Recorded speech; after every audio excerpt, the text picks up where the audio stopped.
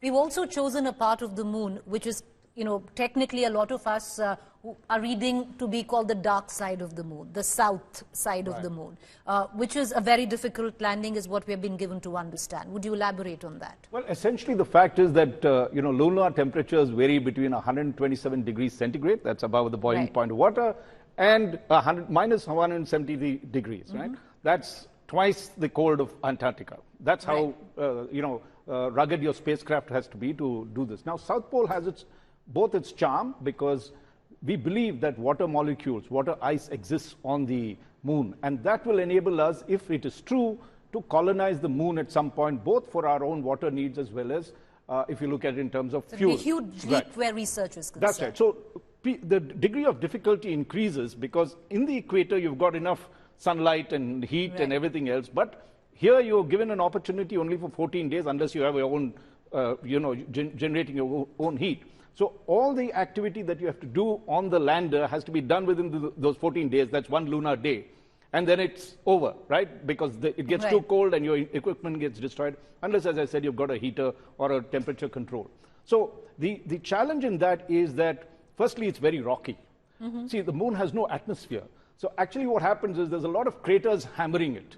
And because of that, you only have regolith, which is, sandy stuff that's there, rock cracked up because of the impact. The rest is all hard rock and craters. And the number of craters in the South Pole are much more than they are in the other side of the moon. So the degree of difficulty is that you've got very uneven terrain, high boulders that could be there, craters that are there. So for us to land, you have to choose the right spot to land. And I think cleverly, what the scientists have done this time is used Chandrayaan-2, the orbiter, to map that entire area. Last time we were using the lander cameras to sort of detect which is the best route. And now they've mapped it perfectly. So they've fed that data in. They know precisely where they want to land. And because they know the terrain, though it's a very treacherous terrain, let's not forget, right? It is able to go, and they found a spot where it is good. But there are still risks. The fact is that you are going to land these four pods, right? I mean, the four legs of the spacecraft right down there, the lander, Vikram, if it's still being called that. And any tilt like this could make it topple. Right? So you have to be very careful about where you're landing, what is the degree of tilt. But the good thing is that they've built in the redundancy even for that. They have given from walking speed, if it bangs down like that, to a little running speed. Is there a possibility this time around that the Chandrayaan could crash? Of course. There is a possibility. Of course, because look, we have not tested that part, right? Where landing is concerned. Where landing, we've tested right up to the point where you're hovering at 400 meters. Yeah. The crucial part is the vertical. The spacecraft is coming at an angle like this, and then it puts itself, vertical, and then has to come and land down like that. Now, we haven't really tested this part, which is the critical part, because you're cutting the speed from a tremendous amount to almost near zero, and your ability to hover, find the right spot, land at that spot without damage to your equipment or without toppling over. Dr. Srikumar, would you want to weigh in on that, especially the fact that, Raj calls it a great risk, but, you can go back and take the help of literature and, get into, with great risks come great opportunity. But having said that, to pick the South Pole,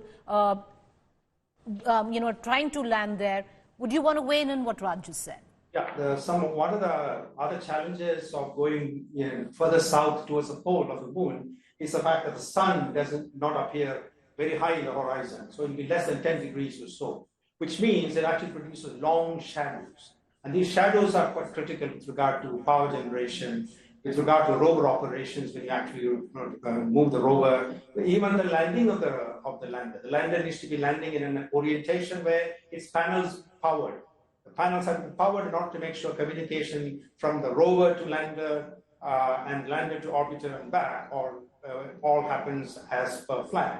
So positioning of the lander is critical, all that has been taken into account, but because of the long shadows, the fact that the sun is really at very low inclination, that adds an additional challenge to a polar landing. But at 69 degrees when we land, it certainly is the southernmost or the highest latitude at which we are actually sampling in situ, actually the regular properties with regard to using instruments on the rover. We have, for example, a laser ablation instrument called LIPS, which is the first time it's ever been used on a lunar mission. and actually ablaze the rock and actually produce a plasma from which we can derive the composition of the lunar surface in this southern location. So we have a few unusual, very important scientific experiments on the rover as well as on the lander. But with all the challenges, let's look forward to a good day tomorrow. Well, let's see. We'll only know tomorrow. It's a short time that I have, so it comes to the final question that I want to ask you both. What does it mean for India, Raj, especially at a time where so many have failed, where we are treading? Well, I mean, if we do land, right, we'll be the fourth nation in the world. That's a very exclusive club of nations that have landed a craft on the thing, and as well as a rover.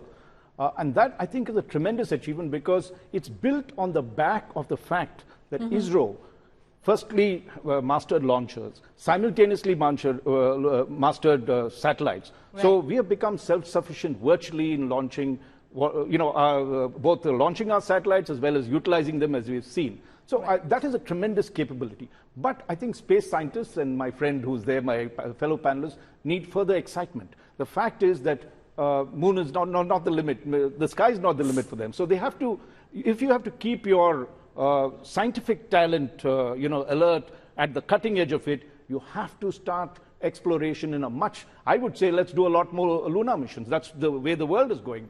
We've headed to Mars, we should get back. We're doing the sun. I think these are tremendous things that boost our capability, whether it's artificial intelligence, computing, you name it. Space is at the cutting edge of all technology and has always proved beneficial to humankind. Dr. P. Srikumar, it's an elite club that possibly India will join if that landing actually that we've shown you through AI takes place. But the question is, what next? Where does it position India, not just the elite club that we were speaking of?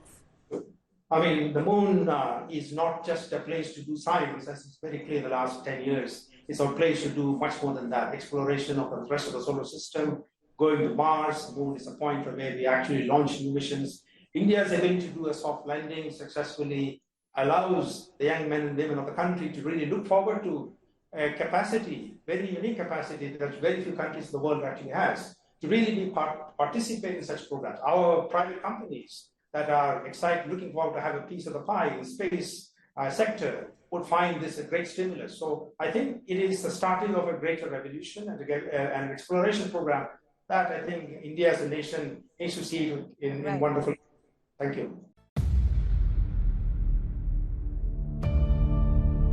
India's #1 political reporter defines what seems to be happening, vendetta politics. कोई दूध के से धुला हुआ नहीं है. Unmatched eye, unmatched experience. The world has changed. My black hair has become grey as well. And with unmatched passion for the story. Do not monopolize the conversation. When it's 100% news that matters. It's News Today with Rajdeep Sardesai. Monday to Friday, 9 p.m. Only on India Today TV.